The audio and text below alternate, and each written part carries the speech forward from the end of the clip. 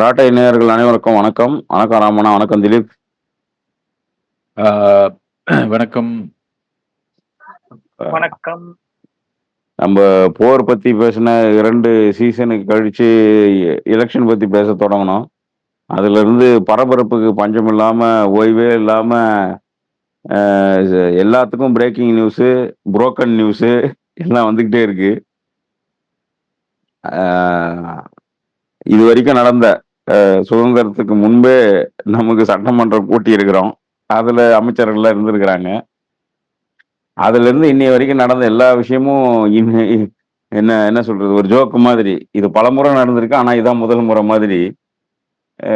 ஒரு பதவிக்கு வந்ததுக்கு அப்புறம் ஒரு பரபரப்பு, வெற்றிக்கு பின்னாடி ஒரு பரபரப்பு இருக்கு. இது ஆளுங்கட்சியை மட்டும் குற்றம் சாட்டுற மாதிரி இல்லை, எல்லா கட்சிகளும் ஒரு தன்னுடைய நிலையில ஒரு தடுமாற்றத்தை கண்டிருக்கிறத பார்க்க முடியுது. ஆளுங்கட்சி திமுக, அதிமுக, மற்ற 2 கட்சிகள் இருந்த கூட்டணி, மத்திய கட்சிகள் எல்லாத்துலேயுமே ஒரு ஒரு நிலையற்ற ஒரு பதட்டத்தையும் சேர்த்தே இந்த 10 நாளாக பயணிக்கிறாங்க. அந்த பதட்டம் வீதி எங்கும் இருக்கும்னு நம்ம நினைச்சோம், வீதியில காணோம். எங்க பார்த்தாலும் விஷுவலா மட்டும் இருக்கு. வெறும் டிஸ்பிளேலையும் டிவிலையும் தான் இருக்கு, போன்லயும் சோசியல் மீடியாலையும் தான் அந்த பரபரப்பு தெரியுது. மக்கள் கையில் ஏதாவது பரபரப்பு இருக்கானா வழக்கத்தோட குறைவான பரபரப்போட தான் மக்கள் இந்த வெயிலை தாக்கு பிடிக்க முடியாம தான் கொஞ்சம் இருக்கிற மாதிரி தோணுது. அதுவும் கடந்த 2 நாளா கடுமையான வெப்பம் இருக்கு. அதை விட வெப்பமா இருக்கு ஒவ்வொருத்தருடைய டிஸ்பிளேவும். அந்த அளவுக்கு பரபரப்புக்கு பஞ்சம் இல்லாம இருக்கு. ஆனா இது ஏதோ தமிழ்நாட்டு அரசியல்லோ இல்ல இந்திய அரசியல்ல மட்டும் இருக்கிற மாதிரி இல்லை. நம்ம வெளியில இருக்கிற எல்லா நியூஸை பார்த்தாலும் இதே பரபரப்புக்கு பஞ்சம் இல்லாத, துரத்தி துரத்தி இந்த திரை நம்மளை துரத்துது அப்படின்னு. இதை வெறும் திரை மோகம்னு சொல்ல முடியுமானா இல்லை. இதுக்கு பின்னாடி ஒரு பெரிய தொழில்நுட்ப விஷயங்கள் இருக்கு. அது நம்ம பலமுறை பேசியிருக்கோம், அந்த அல்காரிதம் பத்தியும், ஏஐ பத்தியும், நியூஸ் ஃபீடு பத்தியும். ஆனா கடந்த சில ஆண்டுகளாக இந்த திரையில் வரக்கூடிய நிலைத்தகவல்னு சொல்லுவோம் நியூஸ் ஃபீடை. நம்ம சிலர் ஸ்டேட்டஸுங்கிறோம், பொதுவாக நியூஸ் ஃபீடுங்கிறோம். இந்த நிலைத்தகவல்கள் வந்து எப்படி ஆட்சியிலையும் அதிகாரத்திலையும் மாற்றத்தை ஏற்படுத்துது, தொடர்ச்சியாக அதை தக்க வச்சுக்கிறதுக்கு. ஆட்சியில மாற்றம் ஏற்படுத்தி அப்படியே போயிட்டா பரவாயில்ல. இப்போ ஒரு கேம்பெயின் இருக்கும், நம்ம பார்த்துருப்போம். வீதி வீதியா ஆட்டோல, ஜீப்புல, வீதியில, முக்குல அப்படின்னு தெருமுனை கூட்டங்கள், நாடகங்கள்னு போட்டு ஒரு ஆட்சிக்கு வருவாங்க. அதுக்கு பிறகு நமக்கு இப்போ அதிகப்படியான 2-3 விஷயங்கள்ல தான் கவனம் செலுத்துவோம். ஏதாவது பேரிடர் காலம், அல்லதுன்னா பட்ஜெட் கூட்டத்தொடர், அல்லது ஏதாவது முக்கியமான சட்டமன்ற பாராளுமன்றத்தில் எழக்கூடிய அமிழ் திமிழி, இது மாதிரி விஷயங்கள்லாம் நம்ம பார்ப்போம். பெரிய போர்ட்ஃபோலியோ சேஞ்ச் இருந்தால் அது நமக்கு வரும். ஏதோ ஒரு துறையில் இருக்கக்கூடிய கடைநிலை ஊழியருடைய டிரான்ஸ்ஃபர்ல தொடங்கி ஆட்சி, அமைச்சர், கட்சி தாவல், இது வீட்டுக்குள்ள துண்டு, ஷூ, செருப்பு, சாக்ஸு ஒண்ணு விடாம பிரேக்கிங் நியூஸா மாறி இருக்கு. இது ஏதோ தனியா நடந்த மாதிரி தெரியல. ஆனா இது வந்து தேசம், பல தேசம் எல்லாம் சேர்ந்து நடக்கிற மாதிரி தான் தெரியுது. அப்போ தொடர்ச்சியா நீங்க அரசியல களத்துல பாக்குறீங்க 2 பேருமே.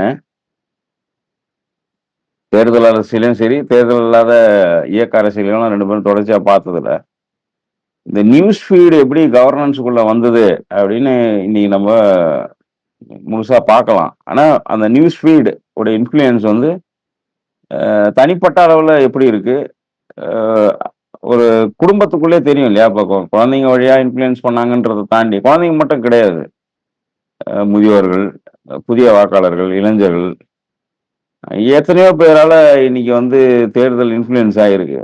ஒரு வகையில எல்லாரும் அரசியலுக்குள்ள பங்கெடுக்கிறது எந்த அளவுக்கு ஜனநாயகத்துல முக்கியமோ அந்த அளவுக்கு முக்கியம் ஒரு டிரான்ஸ்பரண்ட்டுங்கிற பேர்ல ஒரு போலித்தனம் உருவாகிறது. உண்மை கிடையாது, ட்ரூத் கிடையாது, ஹானஸ்ட் கிடையாது, டிரான்ஸ்பரன்சி நாங்க எந்த அளவுக்கு இருக்கோன்றது.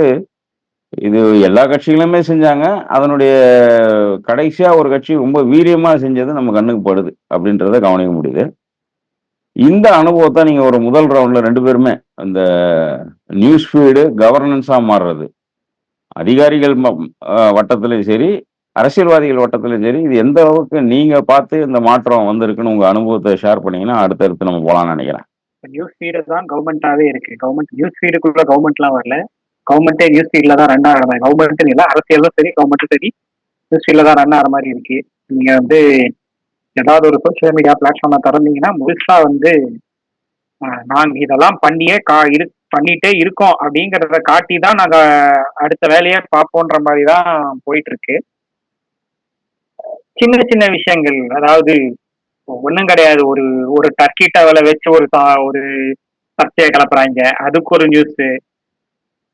சின்ன சின்ன விஷயங்கள். ஒருத்தர் சிஎம் ஷூ போட்டு வராரு. சிஎம்மோட சூட்டு இது, சிஎம்மோட அது, இந்த மாரி அவருக்கு நேத்து கார் ஓட்டிட்டாராம். அதாவது ஒரு மெடிக்கல் டிபார்ட்மெண்ட்டுக்கு வாங்கின ஒரு கார் அவர் ஓட்டிட்டாரு. இது ஒரு நியூஸ். ஸோ இந்த மாதிரி ஃபுல் அண்ட் ஃபுல் ஃபீடா தான் வருது. அதுல வந்து கன்ஸ்ட்ரக்டிவா ஏதாவது வருதான்னு பார்த்தாலாம் இல்ல. இது வந்து நாங்க பண்றோம். அது ஃபுல் அண்ட் ஃபுல் நாங்க வந்து ஒரு இன்ஸ்டாகிராம்ல தான் நாங்க வந்து கனெக்ட் ஆகிறோம். ஆனா அந்த விஷயம் வந்து இங்க ஓட்டிங் சிஸ்டம்லயும் இன்ஃபுளுயன்ஸ் ஆயிருக்கு. ஏன்னா நியூஸ் ஃபீடு தான் ஓட்டிங் சிஸ்டமே மாத்தி இருக்குங்கிறது தான் என்னோட கருத்தா இருக்கு.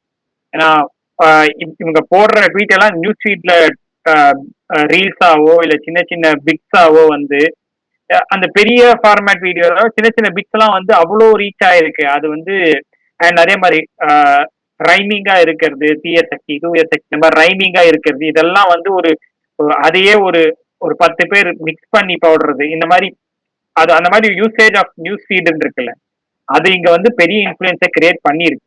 இன்னைக்கு வரைக்கும் கிரியேட் பண்ணிட்டு இருக்கு. இப்போ இந்த புது கவர்மெண்ட் ஃபார்ம் ஆனதுக்கு எனக்கு தெரிஞ்சு ஒரு 10 நாள் ஆகுது. இந்த 10 நாள்ல வந்து அது வந்து ஒரு பயங்கரமான ஒரு வேலையா தெரியுது. ஒரு லைக் நீங்க ஃபீட திறந்தாலே வந்து ஆமா இன்னைக்கு இதை பண்ணிட்டாங்க, அன்னைக்கு அதை பண்ணிட்டாங்கன்னு காட்டுறதுக்காக ஏதோ பண்ணிக்கிட்டே இருக்காங்க அப்படின்ற, அதாவது கவர்மெண்ட் இஸ் வெரி ஆக்டிவ், அதாவது பாலிட்டிஷியன்ஸ் ஆர் வெரி ஆக்டிவ்னு காட்டிக்கிறதுக்கு அவங்க அவ்வளவு எஃபர்ட் போடுற மாதிரி தெரியுது. ஆனா ஆன் ஒர்க் இதுல பாத்தீங்கன்னா பெருசா இருக்கான்றது எனக்கு தெரியல. பட் ஆனா அதை காட்டிக்கிறத ஒரு முதல் ப்ரையாரிட்டியா வச்சிருக்காங்களோன்ற மாதிரி தான் எனக்கு. எனக்கு என்ன தோணுதுன்னா, இப்ப நம்ம பேச தொடங்கினதுக்கு அப்புறம் இப்போ உதாரணத்துக்கு எம்ஜிஆரோ ஜெயலலிதாவோ கலைஞர் காலத்துல கொஞ்சம் ட்விட்டர் அது இதுன்னு உள்ள இருந்தாரு. ஆனா இந்த மாதிரியான வேகம் அப்ப கிடையாது. தொழில்நுட்பமோ இத்தனை smart bones, smart devices with speed and huge data அப்போ கிடையாது. ஆனா இப்படி யோசிச்சு பார்ப்போமே, இன்னைக்கு இவங்க இதையும் மீறி ஏதோ ஒன்று இருக்கிறதா எனக்கு தோணுது. இந்த உடை அல்லது தினசரி அவங்களும் தான் பண்ணாங்க. இப்போ நிறைய சேகரிப்பு இருந்திருக்கு. அவங்க பிராண்ட் பண்ண விதம் வேறையா இருந்திருக்கு. அப்பவே அவங்களுடைய பிராண்டிங் டெக்னிக் வந்து இப்போ எம்ஜிஆர் அப்படின்னா, இப்போ விஜய் நீங்க செவுத்துல யாராவது வரைய சொல்றீங்கன்னு வைங்க, ஸ்ட்ரீட் ஆர்ட்ல வரைகிறது கஷ்டம். ஆனா எம்ஜிஆரையோ ஜெயலலிதாவோ கலைஞரையோ இப்போ ஈவன் ரஜினிக்கு மாதிரி கமல் மாதிரி ஆட்கள்லாம் கூட எந்த அளவுக்கு மக்கள் மனசுல இருந்தாங்கன்னா, அவங்க எந்த போட்டோவையும் பார்க்காம ஒருத்தரை வரைஞ்சிருவாங்க. போர்ட்ஸ்லயோ சைன் எதுவோ கலரோ இல்ல டுவல் டோனோ சிங்கிளோ ஏதோ ஒன்றுத்துல வரைஞ்சிருவாங்க. அந்த அளவுக்கு அவங்க மனசுல பிராண்டா தான் இருந்தாங்க. அது தன்னை பிராண்ட் பண்ணிக்கிறதுக்காக நடந்தது ஒரு கதை. நீங்க எப்படி பார்த்தாலும் நீங்க வந்து எந்த அரசியல்வாதி வேணா எடுத்துக்கலாம். ஈஸியா வரைஞ்சிட முடியும், ஈஸியா ஞாபகம் வச்சுக்க முடியும். நீங்க கண்ண மூடியா நினைவு கூறக்கூடிய மாதிரி தான் அவங்க தன்னை பிராண்ட் பண்ணி வச்சிருந்தாங்க. நீங்க சொன்ன எதுகை மோனை எல்லாமே நீங்க பாத்தீங்கன்னா தெரியும். மோடியா லேடியா அல்லது அதுக்கு முன்னாடி இருக்கிற என்ன சொல்றது மத்தியில கூட்டாட்சி, மாநிலத்துல சுயாட்சி, இது மாதிரி பொலிட்டிக்கலா இருந்தாலும் சரி அல்லது சட்டையரா இருந்தாலும் சரி, சும்மா போற போக்குல பகடி பண்றதுக்காக பண்ணதா இருந்தாலும் சரி, கேலிக்கின்றதுக்காக அப்பயும் அதே இதெல்லாம் இருந்தது. அப்படியான பிராண்ட் வேல்யூ வந்து எல்லா கட்சி தலைமைகள்கிட்ட இருந்திருக்கு. நீங்க வந்து இன்னைக்குமே யாராவது ஒரு ஒரு பெண் வந்து கொஞ்சம் வயது முதிர்ந்த காலத்துல கிராப் வெட்டியிருந்தா இந்திரா காந்தி மாதிரி இருக்கீங்கன்ற கமெண்ட்டோ அல்லது காம்ப்ளிமெண்ட்டோ கொடுக்கறது, அல்லது நேரு தொப்பி அப்படி பிராண்டிங்லாம் முன்னாடி இருந்திருக்கு, இல்லைன்னு சொல்ல முடியாது. அதையும் மீறி ஒரு சமாச்சாரம் இப்போ நடக்குது. அதுதான் பிரச்சனையா இருக்கு. இதே அளவுக்கு கட்சி ஆளுங்க வந்து வேலை செய்வாங்க அவங்கள காப்பாத்துறது, கட்சி தலைவரை காப்பாத்துறதுக்கு. இப்போ கட்சி ஆளுங்க மட்டும் காப்பாத்தல, அது ஒரு ஃபேன் பேஸ், அதாவது பொலிட்டிக்கல் கேடருங்கிறதுக்கும் ஃபேன் பேஸுக்கும் இருக்கிற வித்தியாசம் அதான். பொலிட்டிக்கல் கேடருங்கிறது அதுல ஒரு ஸ்ட்ரக்சர் இருக்கும். அவர்களுக்கு பதவி இருக்கும், அவர்களுக்கு ஒரு அக்கௌண்டபிலிட்டி இருக்கும். போன வாரம் நம்ம பேசின மாதிரி யாரு எவரு என்ன பதவியில் இருக்கிறாரு, ஹைரார்கி எவ்வளோ தப்புன்னு நம்ம பேசினா கூட அதன் வழியில அவங்கள புடிச்சிட முடியும் இவங்க யாருன்னு. இப்போ 2 நாளா நடக்கிற கூத்து பார்த்தா அவங்க யாருன்னு கேட்டாக்கா ஒண்ணுதான் தெரியுது. கட்சியில உறுப்பினரா சேர்ந்திருக்கிறாங்க. விஜயோட ரசிகரா இருக்கிறாங்க. நேரடியா பார்ட்டிய சொல்லணும்னா. அத தாண்டி அவங்களுக்கு என்ன இதுக்கு முன்னாடி அவர்கள் அந்த பார்ட்டியில கூட அவங்க என்ன பண்ணாங்கன்னு அவங்களுக்கும் தெரியாது, நமக்கும் தெரியாது. இது அவங்களுக்குமே பெரிய கன்ஃப்யூஷன் தான். இது நடக்குது. கிட்டத்தட்ட ஒரு 8 ஆண்டுகளாவே இது கேஸாவே வெளியில நடக்குது. இந்த சோசியல் மீடியா இன்ஃப்ளூயன்ஸ் வாக்கு வங்கியா மாறக்கூடியது. அது வந்து யூரோப்ல நடந்தப்பயும் Facebook மேல கேஸ் நடந்தது. மெட்டா பொதுவா இப்போ மெட்டா, அப்போ Facebookஆ மட்டும் இருந்தது. அமெரிக்காவிலயுமே ட்ரம்ப் தோத்ததும் அது பண்ணாங்க போன முறைலாம். பைடனுடைய வெற்றிக்கு பின்னாடியே மெட்டா இருந்தது அப்படின்னு பேசப்பட்டது.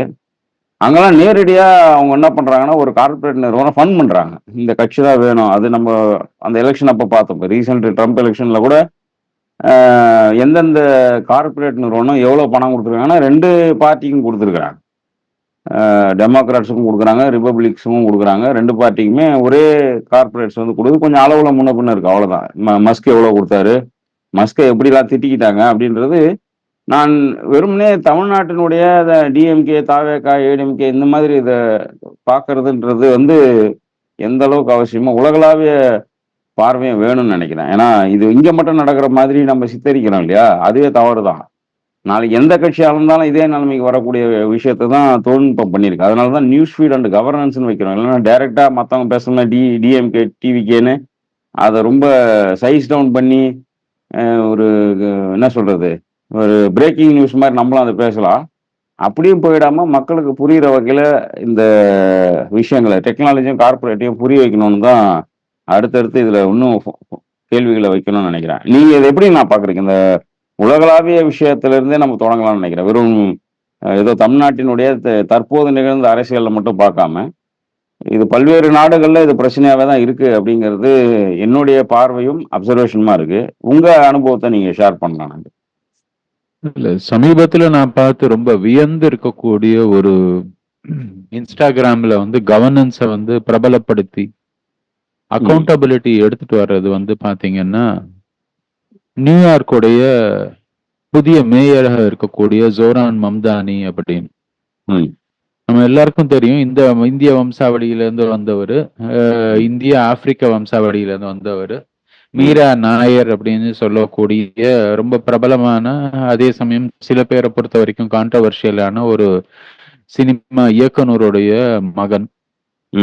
போன வருஷத்துக்கு முந்தைய வருஷம் அவர் அந்த கேம்பெயினை துவங்கும் போது அவருக்கு பெரிதாக எந்த ஒரு சப்போர்ட்டுமே இல்லாம 10 பேர் சப்போர்ட்டை வச்சு துவங்கின கேம்பெயினை படிப்படியாக டெமோக்ராட்டிக் சோசியலிஸ்ட் அப்படின்றதுனால, சோசியலிசம் பேசக்கூடியவங்க இவங்கெல்லாம் கம்யூனிஸ்ட், இவங்க வந்தீங்கன்னா இவங்களுக்கு ஓட்டு போட்டீங்கன்னா உங்களுடைய இது எல்லாத்தையும் அழிச்சிருவாங்க, இந்த நகரத்துல இனிமே வாழவே முடியாது, பணக்காரங்க இங்க இருக்க முடியாதுன்னு ட்ரம்ப் வந்து நேரடியாக அவரை எதிர்த்தார் தேர்தல் அப்போ. அதையும் மீறி முழுக்க முழுக்க ஒரு கிரவுட் ஃபண்டிங் பண்ணி மக்களோட பேசி மக்களோட சேர்ந்து இருந்து மக்களுடைய ரைட்ஸுக்காக உழைச்சு வந்தாரு. அவர் வந்து ஆட்சிக்கு வந்த முதல் நாளிலிருந்து துவங்கி அவருடைய இன்ஸ்டாகிராம நான் ஃபாலோ பண்ணிட்டு இருக்கிறேன் தொடர்ந்து. ஒவ்வொரு முறையும் மக்கள் கிட்ட ரொம்ப நேரடியாக மக்கள் சார்ந்த விஷயங்களை பேசுறாரு. என்ன பேசுறாரு அப்படின்னா, குழந்தைகளுக்கு வந்து இலவச காலை உணவு இனிமே அளிக்கப்படும்.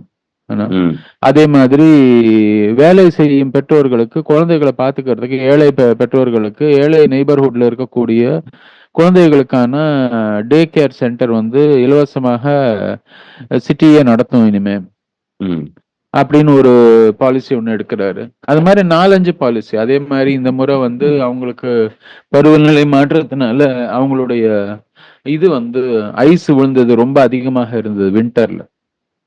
அப்போ என்னன்னைக்கு எந்தெந்த ஏரியால வந்து நம்ம கிளியர் பண்ண போறோம், எங்க எவ்வளவு இருக்குது, நீங்க இன்னைக்கு சாலையில போனீங்கன்னா உங்களுக்கு என்ன பிரச்சனை இருக்கும், இந்த சாலையில போறவங்க தயவு செஞ்சு போகாதீங்க, இன்னைக்கு நாங்க இங்க கிளியர் பண்ண போறோம் அப்படின்னு சொல்லி தானும் அந்த ஃபயர்மேனோட அந்த ஜாக்கெட்டை போட்டுட்டு போய் தெருவில் இறங்கி வேலை பண்ணாரு.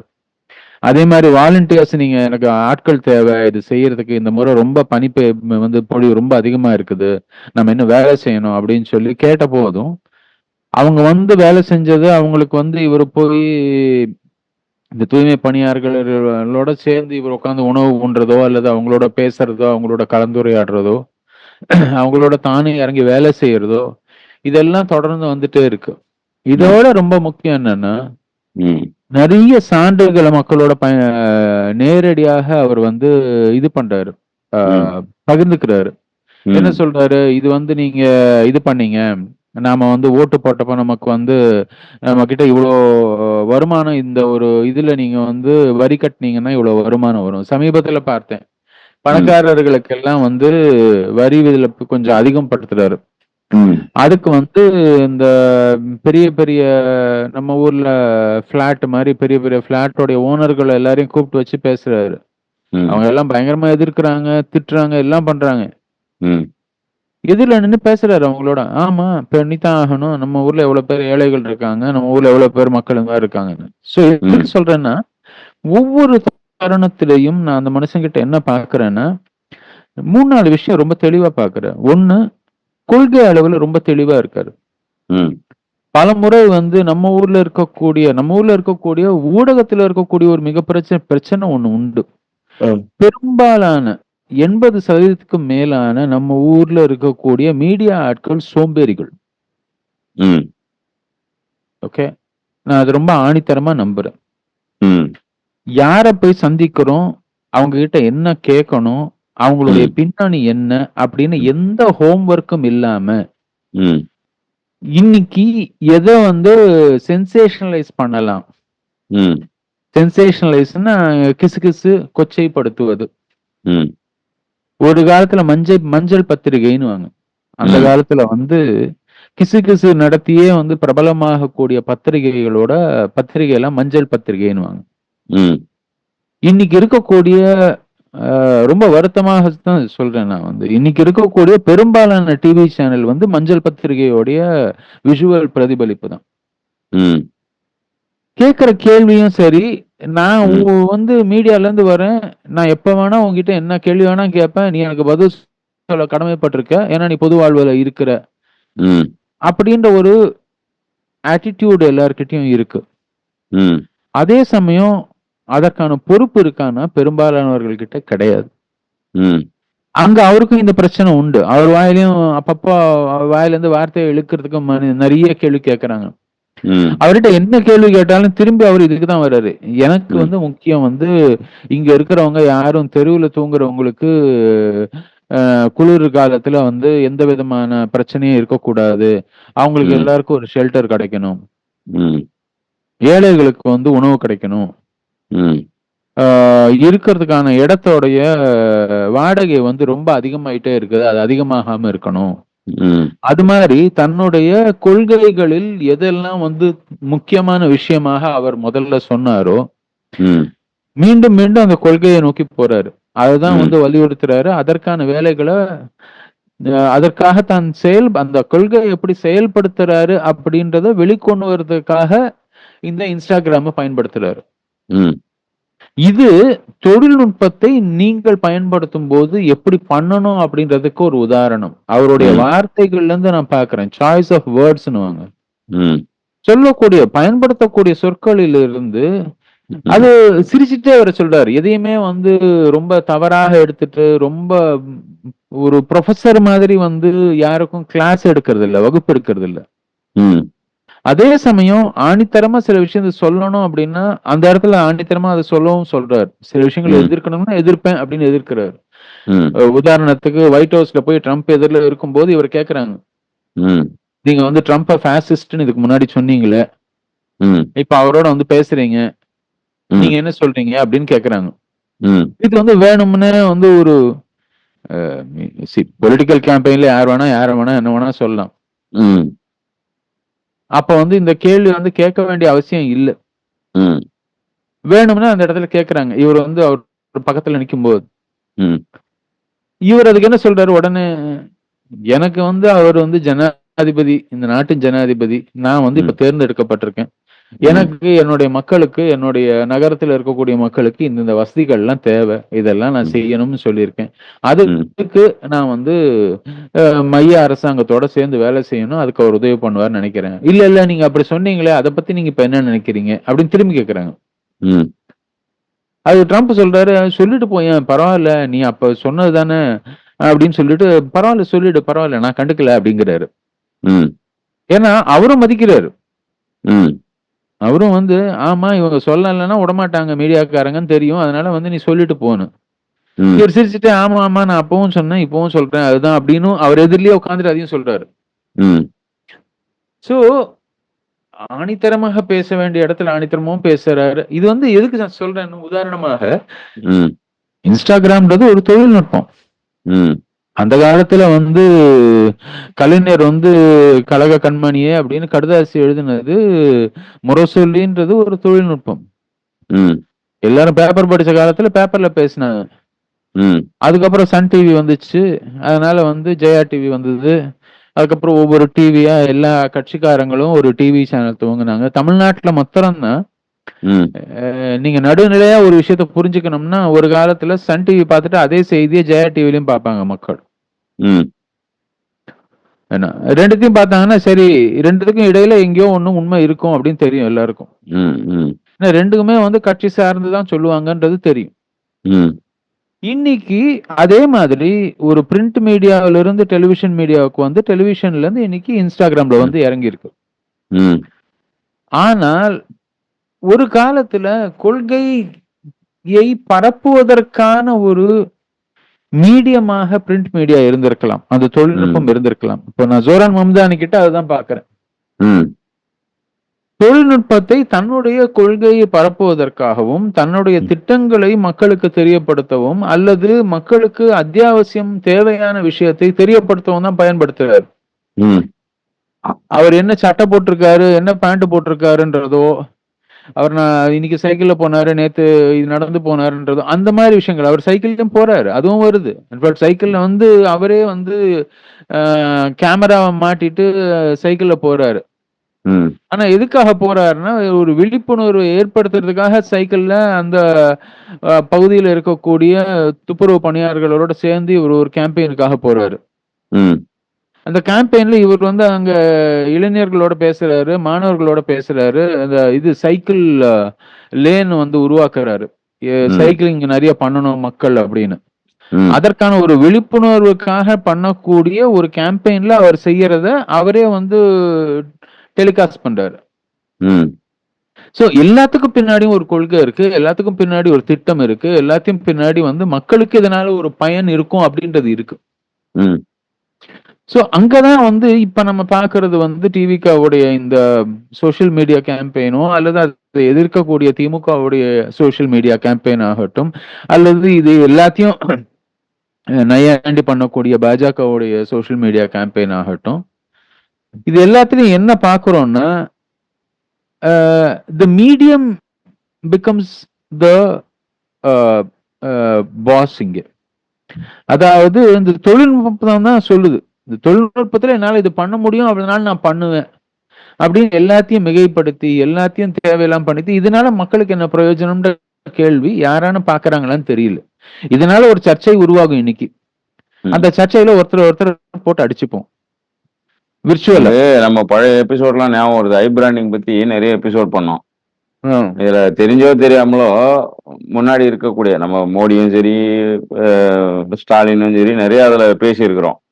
மக்கள் என்ன நினைச்சாங்கன்னா, ஏதோ டிவிக்கே வந்த பிறகுதான் நம்ம இதெல்லாம் பேசிட்டு இருக்கிறோம் அப்படின்னு நினைக்கிறாங்க. ஆனா கிடையாது.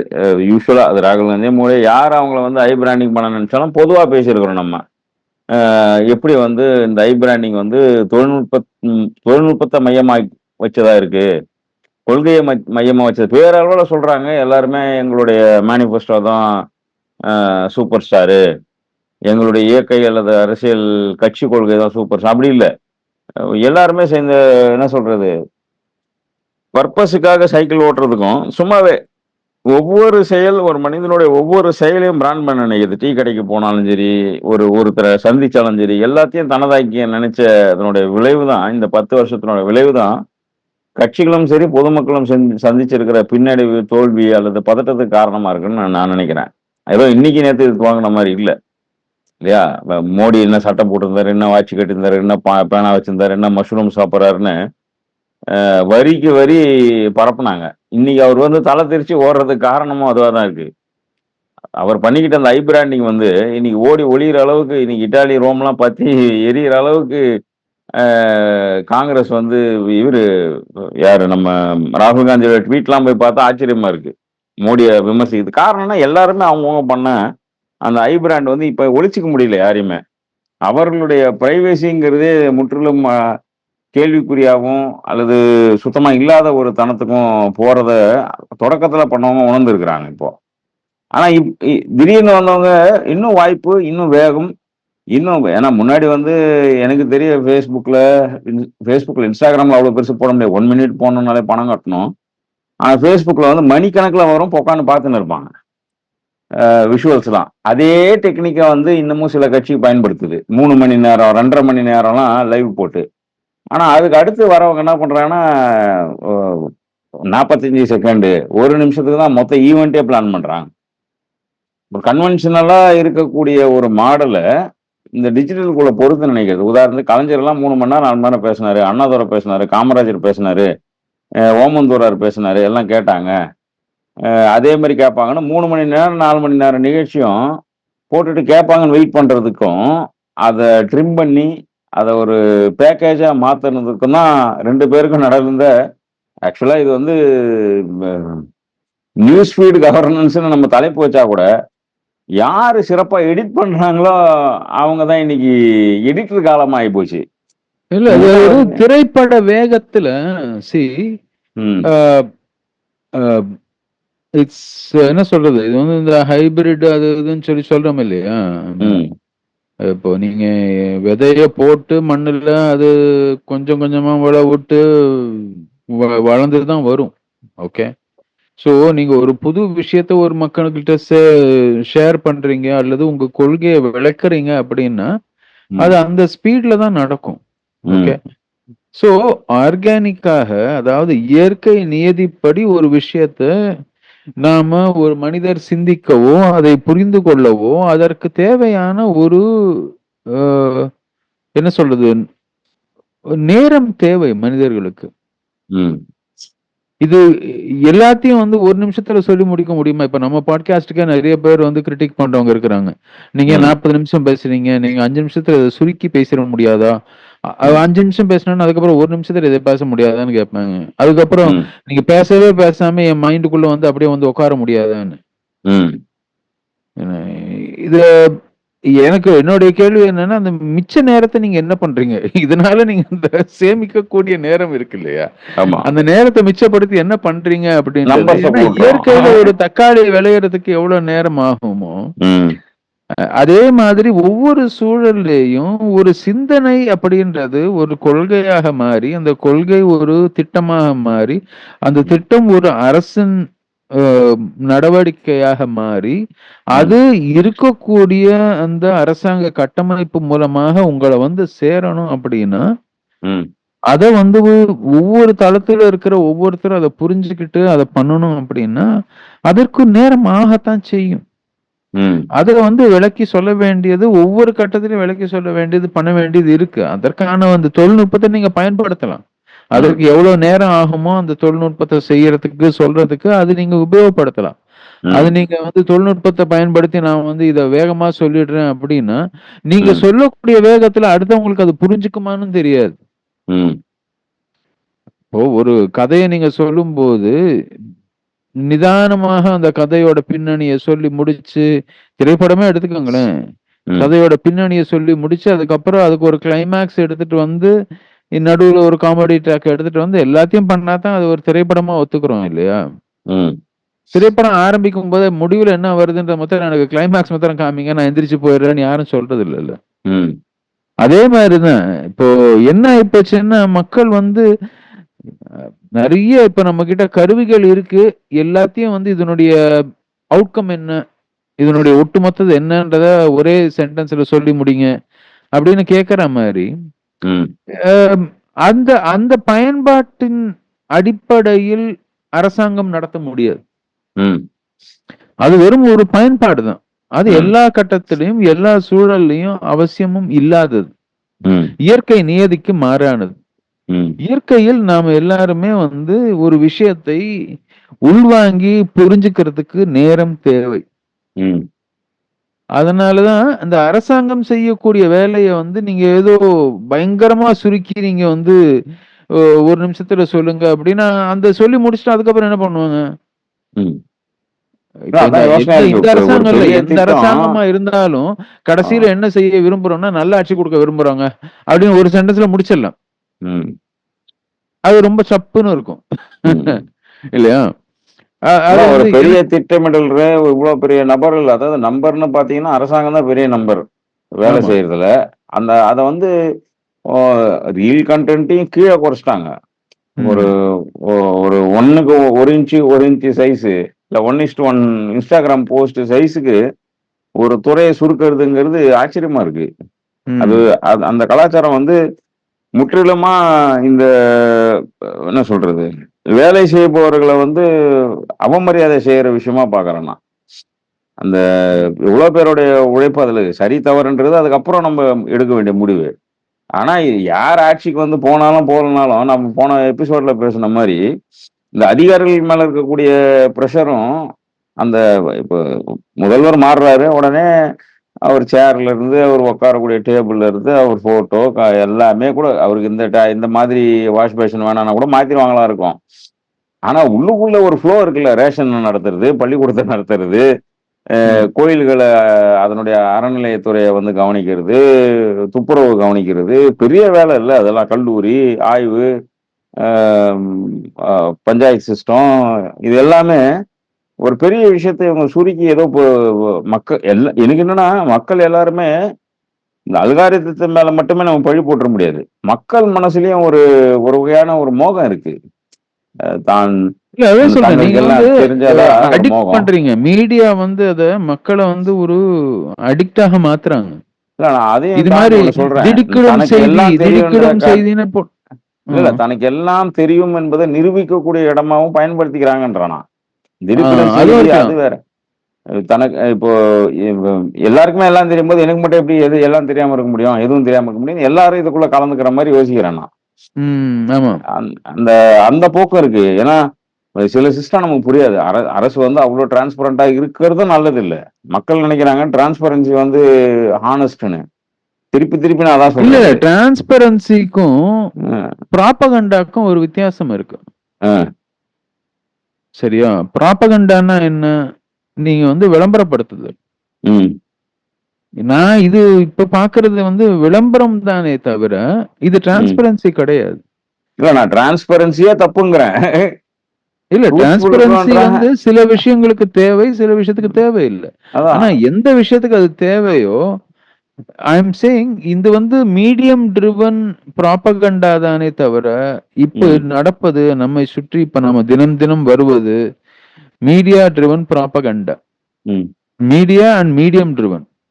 இந்த மீடியம் இருக்குன்றதுனால நான் இந்த ப்ராபகண்டா பண்றேன், இந்த மீடியா என் கையில இருக்கிறதுன்றதுனால நான் இதை ஆதரிக்கிறேன் அல்லது எதிர்க்கிறேன், ஏதோ ஒரு ப்ராபகண்டா பண்றேன். அது ஒண்ணு. டிரான்ஸ்பரன்சின்றது என்ன? சில இடங்களில் நாம ஒரு அரசாங்கத்துல ஒரு முடிவு எடுக்கிறோம் அப்படின்னா வெளிப்படைத்தன்மை தேவை. அது வந்து எல்லா இடத்துலயும் தேவையா? இல்லை, சில இடங்கள்ல தேவை. அக்கௌண்டபிலிட்டி, அதை வச்சுதான் மக்கள் நம்மள எடை போடுவாங்க. அந்த வெளிப்படைத்தன்மை தேவைன்ற போது நாம அதை பண்ணித்தான் ஆகணும். அப்படி இப்ப ராகுல் காந்தி சமீபத்துல ஒரு கடிதாசி எழுதினாரு. எப்படி வந்து சுப்ரீம் கோர்ட்டுடைய சீஃப் ஜஸ்டிஸ் எலெக்ட் பண்ணக்கூடிய அந்த இதுல வந்து லீடர் ஆஃப் அப்போசிஷனாக இருக்கக்கூடிய ஒருத்தர், அதுல வேற ஏதோ ஒரு பதவி, இவருக்கு வந்து அதற்கான அந்த பேனல்ல இவருக்கு இடம் இருக்கு.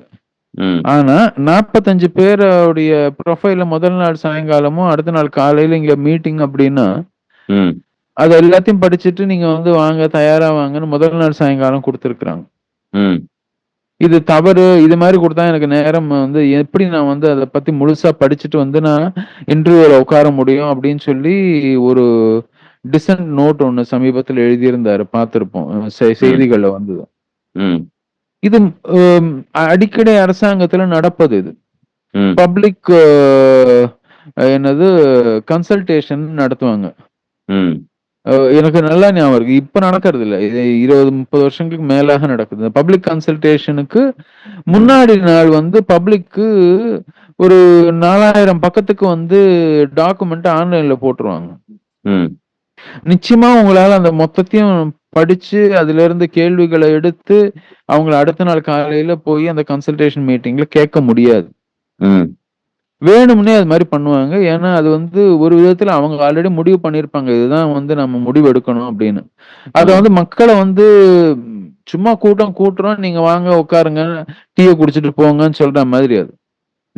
மக்கள் அப்படி நடத்துறது மாதிரி இப்போ அப்போசிஷன் தலைவரும் அப்படியே நடத்துறாங்க அப்படின்னு அரசாங்கத்துல இருக்கு. அது மாதிரி தேவையில்லாம சில இடங்கள்ல டிரான்ஸ்பரன்சின்ற பேர்ல, அக்கௌண்டபிலிட்டின்ற பேர்ல சில இடங்கள்ல வந்து நம்ம எதையுமே எடுக்கிறது இல்லை. அந்த மாதிரி இடங்கள்ல டிரான்ஸ்பரன்சி தேவை.